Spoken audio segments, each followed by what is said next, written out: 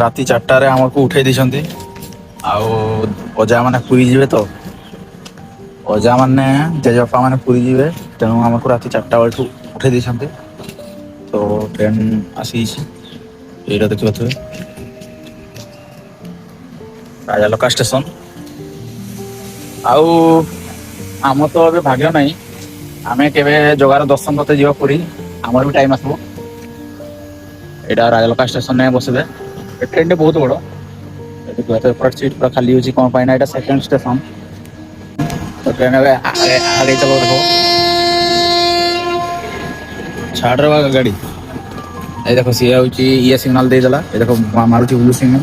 ତ ଇଆଡୁ ବି ଜଣେ ଦବ, ଇଆଡୁ ବି ଜଣେ ଦବ, ଏଇଟା ଦେଖ ବ୍ଲୁ ସିଗ୍ନାଲ ପଡୁଛି ଇଆଡୁ। ତାରପରେ ଗାଡି ଚାଲିବ, ନହେଲେ ଚାଲିବନି। ଏ ଦେଖ ଗାଡି ଚାଲିବ ତ ଷ୍ଟାର୍ଟ କଲା।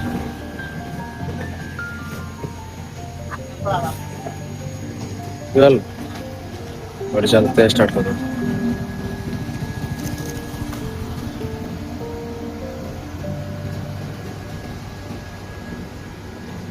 जिस पर रखे तुमने कदम वो तो मेरा अंजाम।